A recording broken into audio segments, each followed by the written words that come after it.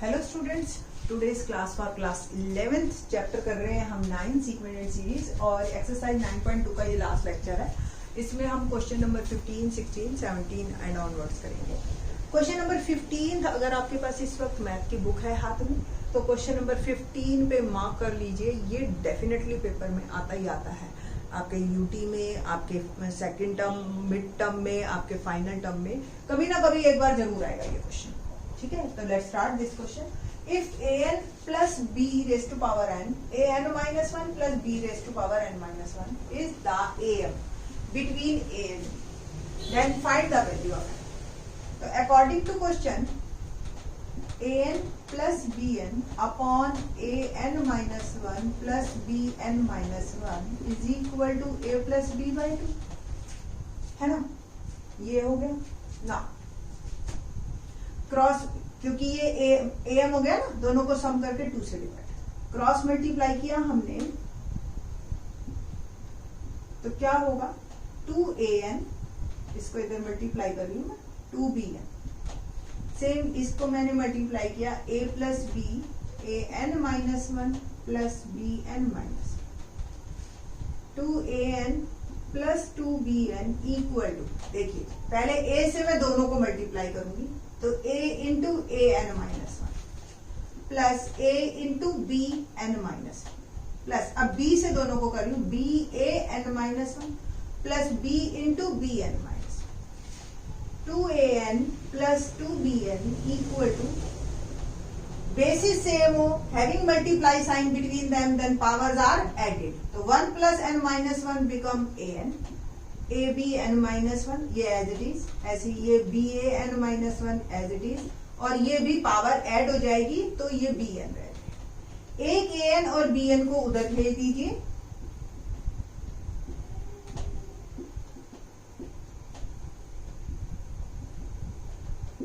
और अब क्या करना है, 2an में से एक ए एन गया, ए एन बच गया, ऐसे ही एक बी एन बच गया, ए बी एन माइनस 1 और बी ए एन माइनस 1। ना जो पावर n है जिसके पास, जैसे a की पावर n वाले हैं, वो एक साइड करिए और बाकी एक साइड कीजिए।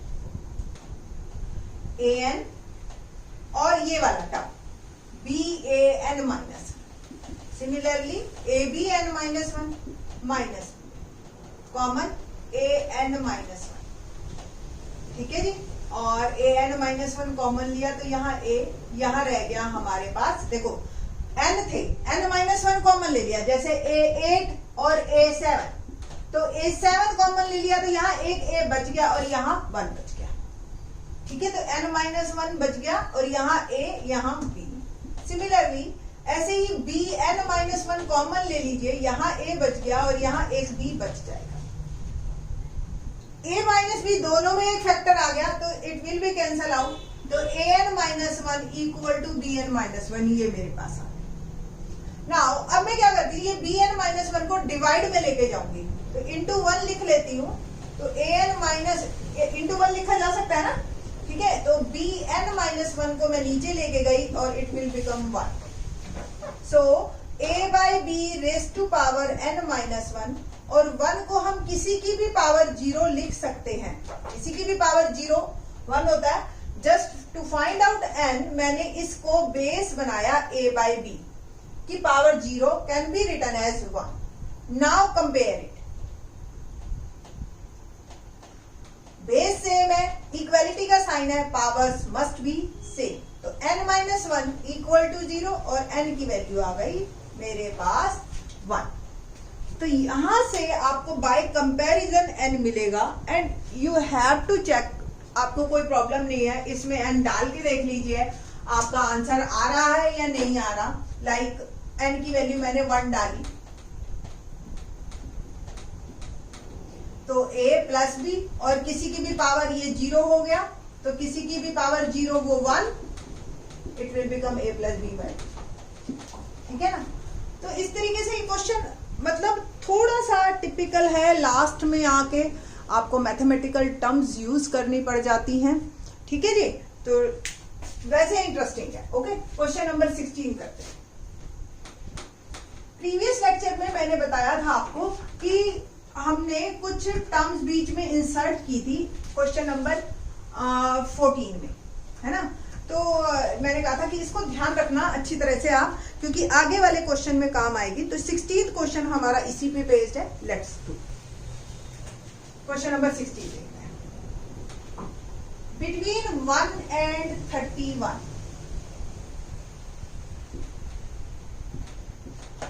m numbers have been inserted.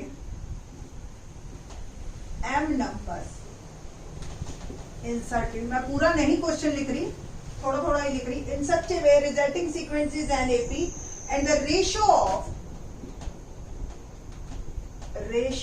of 7th and m-1th number. देखो ये नंबर इज वेरी इंपॉर्टेंट, यहीं से बच्चे कंफ्यूज होते हैं। Is 5:9, find the value of m।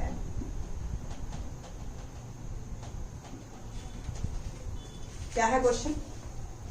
1 से 31 के बीच में m नंबर्स, यानी कि A1, A2, A3 and so on A5, AM हमने इंसर्ट करने हैं, ठीक है। तो इसके जो मेंबर हैं, यानी कि इसमें जो 7th मेंबर है और mth मेंबर, m-1th मेंबर, यानी कि इससे भी पहले वाला, इसका रेशो m5:9 है, ठीक है। Let's start. इसका मतलब एक ऐसी एपी है, we have an AP which has first term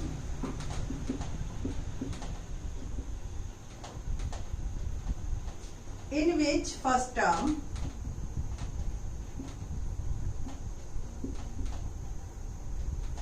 A is 1 and total number of terms कितनी है? m+2। m तो हमने बीच में इंसर्ट किए, m+1, m+2 and m+2th term is 31।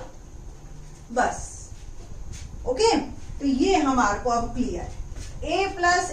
m+2th term is 31, यानी कि a plus m+2 -1 into D.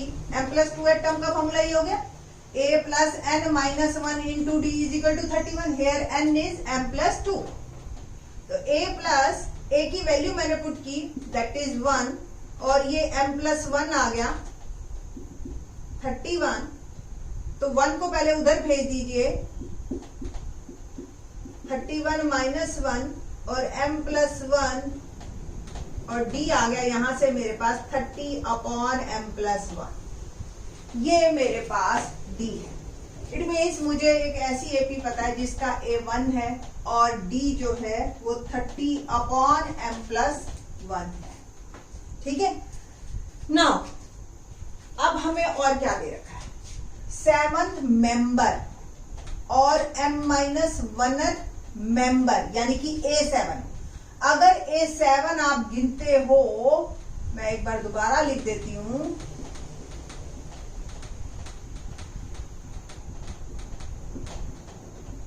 तो term कौन सी बनी?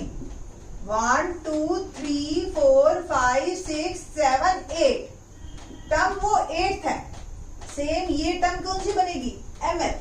ओके, तो 8th टर्म यानी कि a + 7d और mth टर्म यानी कि a + m-1 इंटू डी का रेशो हमें दे रखा है 5:9, ठीक है। और हमें बस अब m की वैल्यू लिखनी है।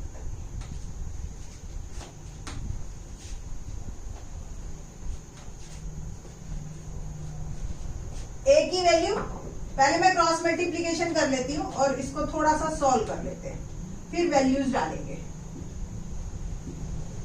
9a plus 9 7 63d plus is equal to 5 से मैं मल्टीप्लाई कर रही हूं, 5a plus 5m-1 into D.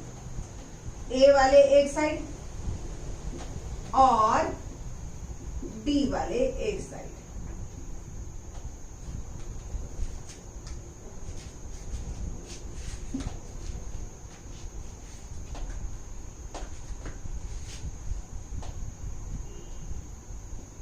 ना 9a माइनस 5a 4a और d कॉमन ये आ गया 5m माइनस 5 माइनस 63 और 4a equal to d 5m minus 68 है ना। 63 और माइनस 5 दोनों ऐड हो जाएंगे बट साइन माइनस का आएगा 68। a की वैल्यू पुट कीजिए 1 और d की वैल्यू भी पुट कीजिए 30 अपॉन m प्लस 1 ताकि क्वेश्चन जो है सिर्फ और सिर्फ m में रह जाए और जो कि मुझे फाइंड आउट करना है। Cross multiplication again 4m plus 1 30 5m minus 68 4m plus 4 okay और ये आ गया 35 जा 150m माइनस 0 3 8 जा 24 2 3 6 जा 18 और 2 20। m वाले एक साइड बिना m वाले एक साइड इट विल बिकम 2044 और ये आ गया 146m। तो m क्या होगा 2044 अपॉन 146। पहले तो 2 से ही कट कर दीजिए और 73 प्राइम नंबर है तो डायरेक्ट डिवाइड करेंगे हम। 73 वन जा 73 12 में से 3 गया 9 और 9 में से 7 गया 292 ओके 8 4 से जाता है तो देख लेते हैं 4 3 जा 12 1 4 7 जा 28 और 1 कंप्लीट गया मेरा। तो यानी कि ये कट जाएगा 14 से तो m इज इक्वल टू 14। तो 7th टर्म और 14th 7th मेंबर और 14th मेंबर का रेशो 5:n था और हमें 14 जो है वो 7th और m माइनस 1th का रेशो 5 ये रेशो 9 था तो टर्म तो 8 थी और m 14 डाला मैंने तो 14 टर्म 14 ही बनेगी 5:9। तो इसको ज्यादा सोचने की जरूरत नहीं है। कुल मिला के ये बात है कि 14 मेंबर्स को इंसर्ट किया 1 और 31 के बीच में। ठीक है जी। क्वेश्चन नंबर 16 हो गया। 17 स्टार्ट करते हैं। A man starts repaying a loan as first installment of ₹100। अब लोन वाले क्वेश्चन बहुत इंपॉर्टेंट है। डेली रूटीन लाइफ में भी आपको पता होना चाहिए कि एक मैथ पढ़ा लिखा बंदा जो है कि कोई सामने वाला बेवकूफ ना बना रहा हो आपको अलग से बना के। ठीक है तो देखिए किस तरीके से ये क्वेश्चन है कि repaying a loan as first installment of ₹100। पहली इंस्टॉलमेंट उसने 100 की दी फिर वो अपनी इंस्टॉलमेंट हर महीने 5 रुपए बढ़ा रहा है तो 105 110 115 एंड सो ऑन। तो 30 इंस्टॉलमेंट तक वो पैसे देता गया तो ओवरऑल उसने कितना जो है पैसा दिया।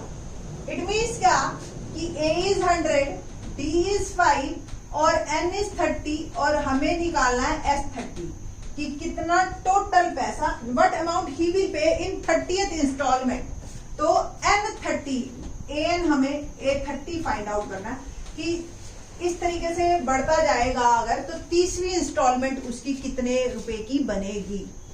तो A30 is A plus 29D A is 100 and 29 into 5 100 plus 5 9 जा 45 4 5 2 जा 10 और 4 तो 245 रुपीज की जो है उसकी 30th इंस्टॉलमेंट बनेगी। और अगर बाद में सम भी पूछा जाए तो टीचर ये एक्स्ट्रा एडिशन कर देती है क्वेश्चन में जब देती है बुक में। आप हमेशा रट के मत चलना इसको कि नहीं नहीं इसमें तो बस A30 निकालना है। क्वेश्चन को प्रॉपरली आप पेपर में पढ़ना और फिर करना कि कहीं ये ना हो कि टीचर ने ये भी एक लाइन लिख रखी है and also find the total amount he paid in installments. ठीक है तो इस तरीके से ऐसे क्वेश्चन भी आगे कंटिन्यू हो जाता है। 18th question very very interesting one और आपको 8th क्लास का फार्मूला याद दिलाएंगे। अब आपको देखते हैं कि कितना आपने 8th को माइन्यूटली पढ़ा है।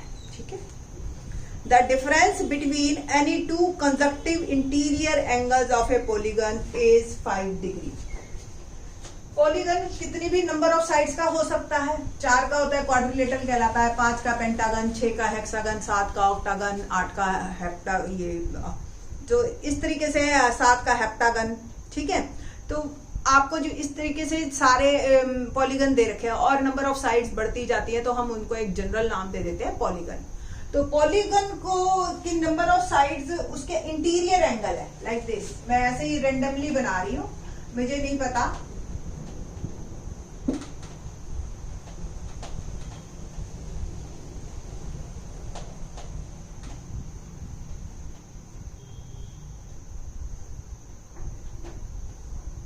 एक्चुअली एक हमें जो बनानी है वो कनकेव फिगर बनानी है, ऐसे बना बस, ठीक है। तो कनकेव फिगर बनानी है, ये ध्यान रखना आप, कन्वेक्स फिगर मत बनाना, ठीक है। पॉलीगन इंटीरियर एंगल्स, जितनी नंबर ऑफ साइड्स होती है, let number of sides of A polygon is n। तो नंबर ऑफ एंगल्स कितने हो जाएंगे, दैट इज आल्सो n। जितनी साइड उतने ही एंगल, है ना, ठीक। और difference, smallest angle is 120, a is 120, difference 5 degree का है सारे एंगल्स के बीच में। तो number of sides of the polygon हमने बताना है। अब मैं 8th क्लास का फॉर्मूला बताती हूँ कि किसी भी इंटीरियर एंगल्स का sum of interior angles of a polygon is n minus 2 into 180 degree. ये आपने 8th में पढ़ रखा है। कैसे चेक करके देख लो।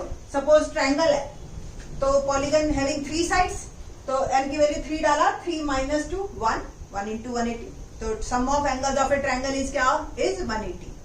क्वाड्रिलेटरल है हैविंग 4 साइड्स, तो 4 साइड में n की वैल्यू 4 डालो, 4 minus 2 into 180, 2 into 180 360 होता है। सेम पेंटागन में 540, ठीक है, एंड सो ऑन। इस तरीके से आप चलते जाएंगे। यहां पे इसका क्या यूज है, हमें एक ऐसी एपी मिल गई जिसमें n तो एंगल्स है, a पता है, d पता है, और ये SN बन गया आपका, ठीक है। माना इन टर्म्स ऑफ n है, बट SN तो है ना, सम ऑफ n टर्म्स, ठीक है। तो ये जो SN का यूज करेंगे हम यहाँ पे और क्वेश्चन को कंप्लीट करेंगे। So SN equal to n/2 2a plus n minus 1 into d। SN is n minus 2 into 180, ठीक है। और degree n/2 2a, a is 120 degree, n ही है आपका, और d 5 डिग्री। बस सॉल्व करना है बस इसको। n minus 2 180 डिग्री, 2 को मैं उधर भेज रही हूँ, into 2, n 2 into 120 240 degree plus 5n minus 5। Okay ना, n minus 2 360 डिग्री बन गया, इक्वल टू थोड़ा सा और 240 minus 5 235 प्लस 5n। तो 360n माइनस 362 जा 720 माइनस 235, ये इज इक्वल टू, पहले खोल लीजिए, n प्लस 5n स्क्वायर।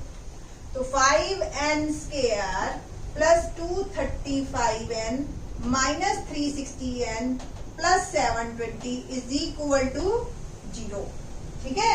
360 भी मैं इधर ले आई और 720 भी मैं इधर ले आई। क्वाड्रेटिक बन गई है मेरे पास, जिसकी 5n स्क्वायर और n को सॉल्व कर लेते हैं हम। तो 10 में से 5 गया 5 एंड 5 में से 3 गया 2 एंड 3 में से 2 गया 125 एंड और 720 एज इट इज ना। 5 से सारे कट रहे हैं तो इसको थोड़ा सा हम छोटा कर लेते हैं। 5 1 5 5 4 20 एंड 5 4 25 के ऐसे फैक्टर करो 144 आए। तो आपको भी पता है 16 का टेबल अगर आपको याद हो तो 16 9 144 होता है। सिंपल 144 आते ही दिमाग में 12 12 आ जाता है, 16 9 आ जाता है ना। तो इस तरीके से आपको जो है ये थोड़ी कुछ एक नंबर तो हमेशा याद ही रहते हैं। तो n माइनस 16 और माइनस 9 कॉमन n माइनस 16, ठीक है, इज इक्वल टू 0। मैं इसको रब कर दूं, चलो कोई नहीं, ऐसे कर दूं। n माइनस 16 और n minus 9 is equal to 0, n either this equal to 0, n is equal to 16, और n minus 9 0, n is equal to 9। तो ये दो मेरे आंसर आ गए। अब दोनों में से कंफर्म है, एक ही ठीक है, ये नहीं है कि हाँ जी 16 वाले जो पॉलीगन है 16 से हैविंग 16 साइड्स, वो भी उसका भी जो है आपका आंसर जो है वो उतने ही नंबर ऑफ टर्म्स आएगा 16 का और 9 का भी नहीं। तो देखते हैं कि कौन सा गलत है। तो लेट्स स्टार्ट। n 9 है, यानी कि नंबर ऑफ साइड्स जो है आपकी 9 हो गई। तो आप nth यानी कि 9th वाला एंगल निकालिए। फर्स्ट एंगल 120 है, तो 9th एंगल यानी कि a plus 8d, a is 120 और 8 और d इज 5, है ना। तो 120 प्लस 8 5 जा 40, 160 डिग्री। तो किसी भी आपका जो पॉलीगन है हमारे पास, तो उसमें जो इंटीरियर एंगल है वो लेस देन 180 आना चाहिए, ठीक है जी।